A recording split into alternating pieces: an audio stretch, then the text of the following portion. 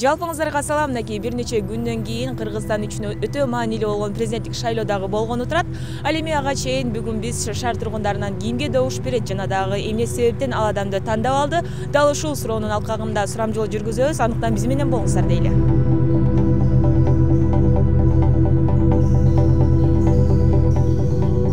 Эже өзүңүздүн оюңуз деле. Сооронбай Жашайлоевди. Билбейм, башыма айланып калды.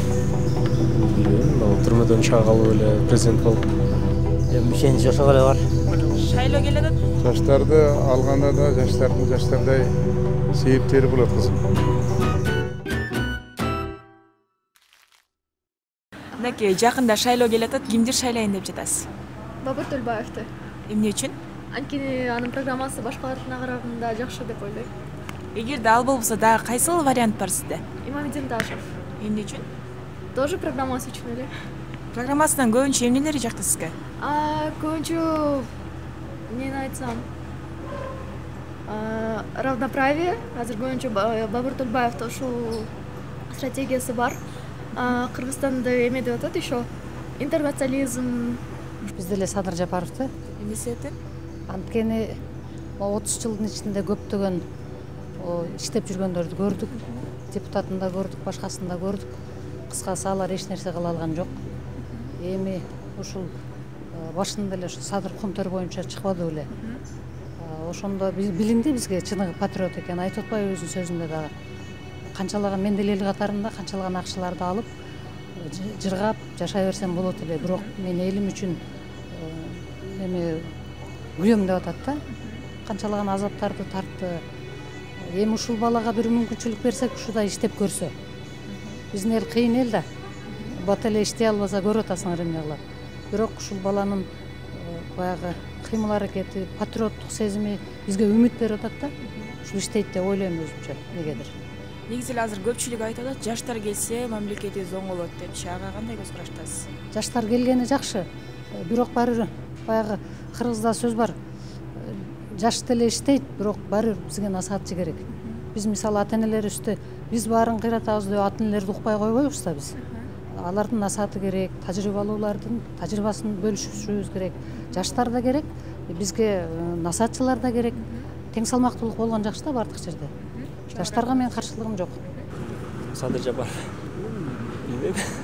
Программасы менен таанышып көрдүңүзбү? Программасы. Мынакей жаштар келсе эле мамлекетибиз өнүп кетет деп көпчүлүк айтып жатышат. Ага оюңуз кандай? Жакшы. Туура деп ойлойсузбу? Туура. Насаатчысы жок эле жаштар келсе эле оңолуп кетебиз. Жок, эми алардын программасын караш керек да, кандай ошого жараша болот да. Ошо Садыр Жапаров да. Эмне себептен Садыр Жапаров? Башкалар деле бар Эми го. азыр чындап ошо чын жүрөктөн ишенейин дейбиз, ошо оңолуп кетеби депчи. Только ошо кишиге эле ишеним бар да азырчы. Башкалардан пока үмүт үзүлгөн дегендейчи. Жаңы депутаттар, жаңы ишкерлер келет атат мынакей өлкөнү өнүктүрөбүз деп. Алардын да программасы менен таанышып көрдүңүзбү? Жок, алардыкын чындап караган жокмун. Башынан эле ошо мурда выбордо эле мекенчиликке голосование кылгам да. Анан ошо менен эле ошо Садыр Жапаров болсо деп ойлоп. Садыр Жапаровду. Эмне себептен? Ошол эле ылайыктуу деп ойлойм да. Башка эч кимди көрө албайсыз? Жок, башка эч кимди көрө албайм. Башка ылайыктуу эч кимди көрө алган жокмун. Шайлоо жакындап калды. Кимди шайланып атасыз? Сооронбай Жашайлоевди. Сооронбай Жашайлоевди. Кайра элеби? Даже билбейм кайсыл кандидаттар бар. Мисалы үчүн Садыр Жапаров, Имамидин Ташев деп атышат. Алардан каарыңыз жок болосуз. Эмне себептен? Билбейм, ал түрмөдөн чыга калып эле президент болуп. Шайлоого барбайсызбы? Жок. Биз барбасак, сиз барбасаңыз анан ким шайлайт? Билбейм. Анан дагы мынакей жаштар келсе эле өлкөбүз өнүгүп кетет деп атышат да. Ошого кандай көз караштасыз? Билбейм, жаштар келсе эле өнүкпөйт го, анткени опыт да керек да. Башка эчтеке айта албайм. Садыр Жапаровду эле шайлайбыз го. Ишенесизби? Ишенем. 100%. Мишени жашоо эле бар. Башкаларга эч кимге жок. Башкасына эч кимге жок. Анан жаштар келсе өлкөбүз өнүгүп кетет дейт. Ага оюңуз кандай? Жаштар келсе, эми татыктуу жаштар болсо өнүгүшү мүмкүн. Биз ошону каалайбыз. Жаштарга жол бошотуп бериш керек. Жаштардын эми выборочно да тандап туруп анан ошолорго Болушунча уруксат бериш керек да, мүмкүнчүлүк бериш керек. Возможно, но я еще сейчас рано об этом говорить. Кимди шайланмак элек? Жапар сайлайбыз да. Эмне үчүн? Себеби карабайсыңбы? Эл билди ак экенин. Ел чыгарып алды. Ел патшалыкка шайлап атат. Сөзүнүн тунуктугун айтпайсың баарынан да. Карачы. Башка кимди шайлайбыз? Программасы менен таанышып көрдүңүзбү? Таанышып көрдүм. Бардык программасы мага аябай жакты. Баягы каягынан болсо да жарык, тунук, биш билгиликтүү. Аны кантип шайлабайбыз? Шайлайбыз. Садыр Жапаров. Жаштар келсе өлкөбүз өнүгүү жолуна түшөт деп жатышат. Ага көз карашыңыз кандай? Жаштар келсе өнүгөт. Анткени асыл тастан акыл жаштан деп коет. Жаштар акылдуу болот, эмгекчил болот, дем күчтүү болот. Акыл жаштар оңойт. Жаштардан коем деп атпайбы өзү деле. Карачы кандай түшүнүктүү, билгиликтүү адам. Садыр Жапаров. Эмне үчүн? Садыр Жапаров карапайым элдин жашоосун билет. Жаман жолду дагы жакшы жолду басып өттү. Садыр Жапаров деп эле турабыз эми баарыбыз. Программасы менен таанышып көрдүңүзбү? Таанышып көрдүм. Жакшы эле, жакты мага. Башка эч кимди көрө албайсыз? Жок, башка эч кимди көрө албайм. Амнеки жаштар келсе өнүгүү жолуна түшөбүз деп чачат. Ага оюңуз кандай? Эми жалаң жаштар келсе жакшы, негизи жаштарга жол көрсөтө турган чоңдордун дагы кереги бар деген оюм бар. Эми чоңдорду түп тамыры менен жок кылып деген бул туура эмес. Жаштарга жол көрсөтө турганга чоңдор керек. Сегизбаевди.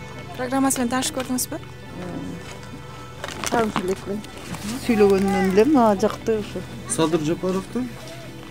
Сиздин тандооңуз ошол Садыр Жапаров. Садыр Жапаров, менин тандоом Садыр Жапаров. Программалар менен таанышып атабыз, угуп атабыз, көрүп атабыз, анан үмүтүбүз чоң да Садыр Жапаровдончу. Четинен көрсөтүп атат. Жакын арада үмүтүбүз чоң. Жакын арада Кудай буйрса келечегибизде оңдоп тышкы карыздарыбыздан котулуп дегенде көп эле кишилердин программаларын көрүп атабыз, баары эле жакшы сүйлөп, кооз сүйлөп туруп, бирок канча жылдан бери аткарбай келатпайбы. Мындан үмүтүбүз чоң, көп киши колдоп атат, үмүтүбүз чоң, башынан көп нерселерди өткөздү. Мындай человеческий фактор боюнча мындай эметип атабыз да, көрүп атабыз. Үмүтүбүз чоң. Эгерде карызды кутулууга ар бир жаран кандайдыр бир суммада акча бөлсүн десе ага даярсызбы? Мен негизи ага, конечно, мен патриотический сезимдер ойгонот, ага деле даярбыз, но бирок эмеси бар да. Чоңдор, мисалы үчүн, канча жылдан бери иштеп келаткан чоңдор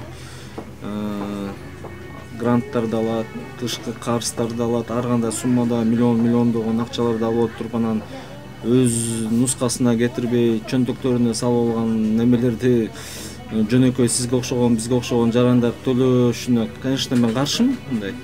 Бирок эми айла жок болуп баратса, мен төлөгөнгө өзүмдүн эмемден чыккан эмемди төлөгөнгө даярмын.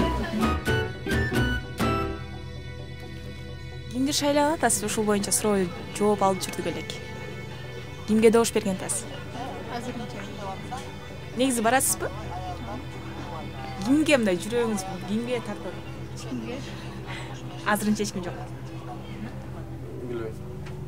Барасызбы негизи? Жок. Барбайсыз. Себептен учетум башка жакта. Сиз кимди шайлаган атасыз? Билбейм. Башым айланып калды. Билбейм. Ойлонуп көрүш керек экен. Сиз? Мен, я думаю, Садыр Жапаров. Эмне себептен? Мне он нравится. Ее идеи, там, политика тоже нормально. Башка эч кимди караган жоксуз? Нет. Сизчи? Мен ойлонуп атам. Пока что чечимге келе элекмин. Качан келесиз? Билбейм, пока что выбор келе элек да, ошого чейин. Да, 5 күн ойлоносуз, Ойлоном. Садыр Жапаров деп турабыз. Эмне себептен? Эми анын позициясы, сүйлөгөн сөздөр жагат да мага. Өзү как адам катары жагат. Мамилеси жагат. Беркилерге окшоп дудаланып, ойлонуп, да эмне деп койсом, калп айтсам болот экен деп ойлонбостон шыр кетет сөздөрү. Программасы менен таанышып көрдүңүзбү? Программасы менен таанышып көрдүм. Программасы аябай жакшы. Биздин келечекте жашообузга сонунда мындай программасы караганда. Анан эми ар жагын Кудай билет, насиби билет. Силерге жакшы болот. Силер жашоо силердики болот. Биздики жашообуз жашап өткөнбүз. Биз эмнени жашайбыз? Силерге өмүр тилеп, силерге тилек тилеп эле отурабыз. Мындан буяка. Рахмат агай. Анан Садыр Жапаров келди. Анан жаштарды алса, өлкөбүз өнүккөн мамлекеттердин катарына кошула алат деп ойлойсузбу? Жаштарды алганда да жаштардай себептери болот кызым. Мындай да жаш сетеки жашта көрүп калгандар мунуку башкача болот, практика өтөт экендер. Аларга наставниктер керек болот, утур айтып турганга. Ошондо жаштар сонун иштеп кетет да. Жашты өзүнчө кой берсең, көп жерден катач кетирип коет да. Жаш деген жаш да. Баланы жумша, артынан өзүң чуркап алып, артынан жүгүрөсүң, анан кийин жумшап кой. Садыр Жапаров. Неге? Не знаю, баары эле колдоп жатат. Баары колдосо биз деле колдоп коебуз. Да.